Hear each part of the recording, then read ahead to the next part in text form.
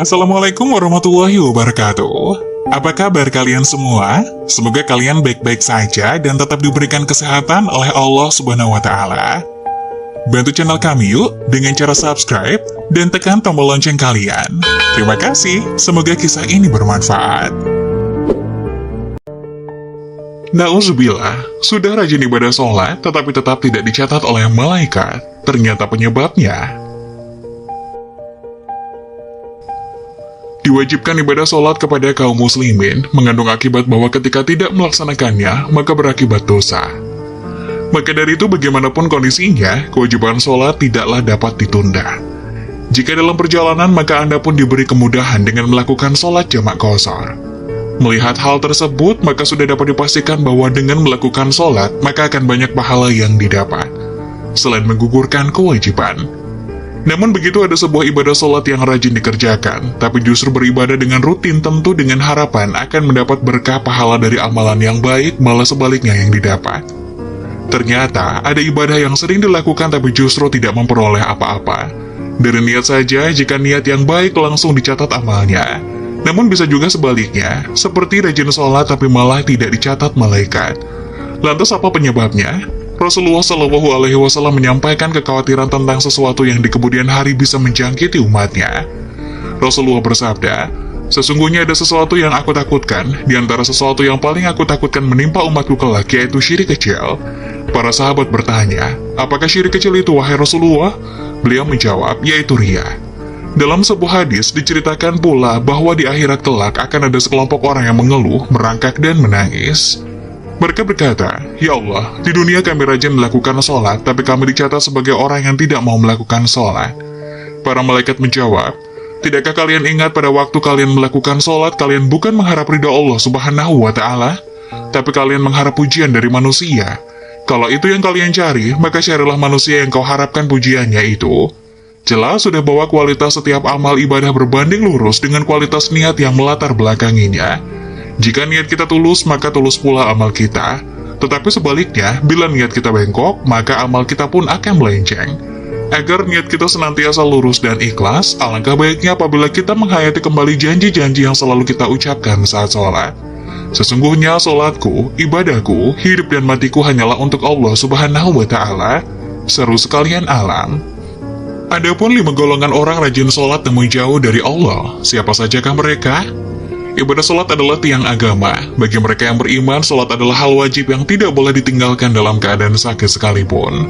Dalam suatu hadis, Rasulullah Shallallahu Alaihi Wasallam bersabda, "Sesungguhnya pertama kali yang dihisab, ditanya diminta pertanggungjawaban dari segenap amalan seorang hamba di hari kiamat kelak merupakan sholatnya. Bila sholatnya baik, maka beruntunglah ia, dan bila mana sholatnya rusak, sungguh kerugian menimpanya." Hadis riwayat Tirmizi. Untuk itu sangat penting bagi kita untuk rutin mendirikan sholat. Namun untuk mendapatkan ridho dan surganya, tidak hanya dengan rajin menjalankan sholat. Hal itu hanya dilakukan dengan penuh kesadaran, tidak sebatas sebagai rutinitas harian, serta tetap dibarengi dengan menjaga akhlak serta hubungan sesama dengan manusia agar tidak menjauhkan kita dari Allah Subhanahu wa Ta'ala. Rajin menjalankan sholat tentu merupakan hal yang sangat baik dan mulia. Namun hal tersebut tidak lantas menjamin seseorang menjadi hamba yang dekat dengan Allah. Lalu siapa sajakah orang yang rajin sholat namun justru jauh dari Allah, dan seperti apa cirinya? Berikut ini adalah orang yang rajin sholat namun justru jauh dari Allah. 1. Orang yang lalai dalam sholatnya. Pada hari kiamat nanti ada banyak orang yang membawa sholatnya kepada Allah, kemudian mereka mempersembahkan sholatnya kepada Allah, lalu sholatnya dilipat-lipat seperti dilipatnya pakaian yang gumal, kemudian dibandingkan ke wajah mereka. Allah tidak menerima sholatnya, bahkan ada yang celaka dengan sholatnya. Seperti yang terdapat dalam firman Allah Subhanahu wa Ta'ala dalam surat Al-Ma'un ayat 4 hingga 5. Maka celakalah bagi orang-orang yang sholat, yaitu orang-orang yang melalaikan sholatnya. Rasulullah pernah bersabda, "Akan datang pada manusia, umat Muhammad suatu zaman, banyak orang yang merasakan dirinya sholat padahal mereka sebenarnya tidak sholat." Hadis riwayat Ahmad.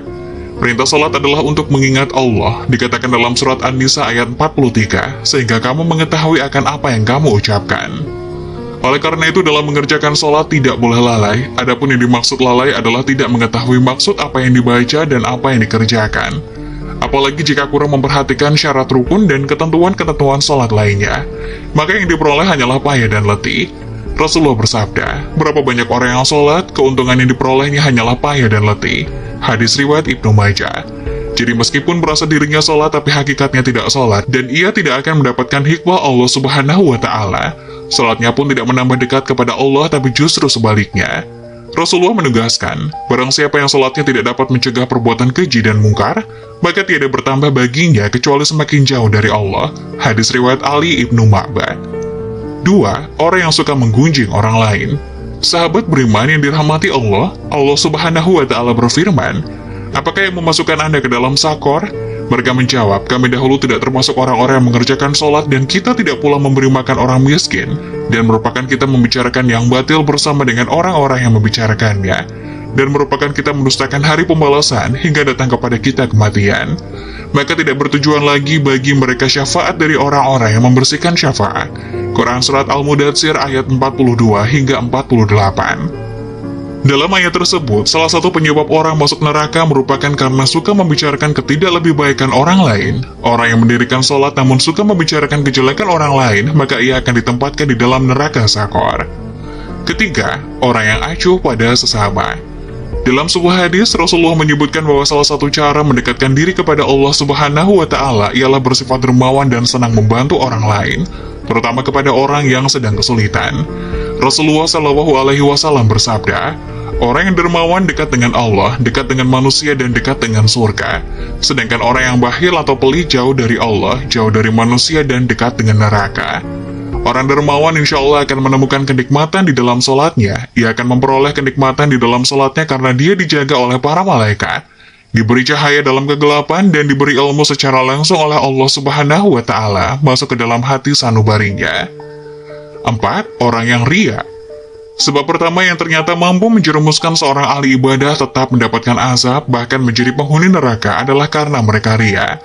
Hal tersebut terjadi apabila semua amal saleh yang dilakukan selama di dunia itu bukan untuk mencari ridha Allah, melainkan dilakukan karena ingin ria atau pamer dan mengharap pujian dari manusia.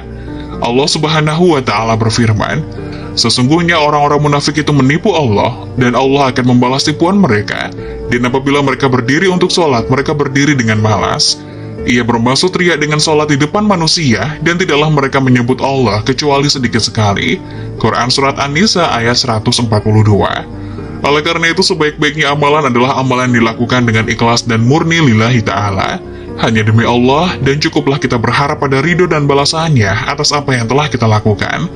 Karena Allah Subhanahu wa Ta'ala adalah seadil-adilnya pemberi balasan. Menjaga hati dan niat merupakan hal yang harus kita jaga dalam melakukan apapun, agar semua amalan tersebut tidak berujung sebagai cambuk bagi kita yang membuat kita menjadi riak kepada sesama. Kelima, orang yang suka berdusta. Berdusta merupakan salah satu dosa besar dan diancam siksa pedih di akhirat kelak. Di zaman semacam ini, kebohongan tampaknya sudah menjadi suatu kebiasaan di kalangan masyarakat. Padahal sekecil apapun suatu kebohongan akan tetap dianggap sebagai dosa besar. Meskipun ada seseorang yang rajin sholat dan beribadah, namun jika lisannya suka berbohong, maka sholat dan ibadahnya akan sia-sia semata. Karena kebohongan itu akan menghapus amal ibadahnya. Jika ia mati dalam tidak bertobat kepada Allah, maka dia akan dimasukkan ke dalam neraka. Allah Subhanahu wa Ta'ala berfirman, sesungguhnya yang mengada-ngadakan kebohongan hanyalah orang-orang yang tidak beriman kepada ayat-ayat Allah, dan mereka itulah orang-orang pendusta. Quran Surat An-Nahl ayat 105. Berbohong menunjukkan salah satu ciri dari golongan orang-orang yang munafik. Untuk itulah mengapa kita sebagai umat Islam wajib menjauhi yang namanya tindakan dusta, karena itu dapat menyesalkan kita baik di dunia maupun di akhirat. Semoga kita termasuk golongan orang-orang yang rajin sholat dan dekat dengan Allah, sehingga kita mendapat ridho serta menetap dalam surganya kelak. Amin. Semoga penjelasan tadi dapat memberikan hikmah dan manfaat untuk penonton semuanya. Jangan lupa like, subscribe channel ini agar tidak ketinggalan video-video bermanfaat selanjutnya. Sekian dari kami, terima kasih. Wassalamualaikum warahmatullahi wabarakatuh.